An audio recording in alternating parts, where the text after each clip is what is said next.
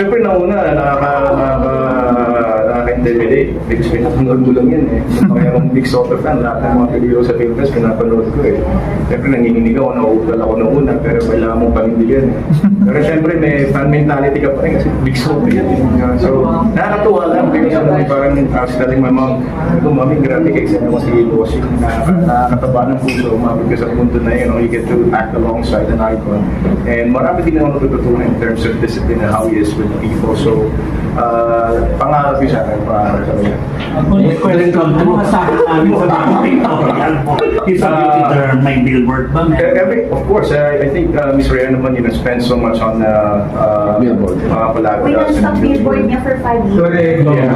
So, something mo naman. Maybe buti naman ako ngayon.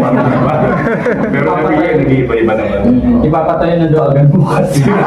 Na-approve na.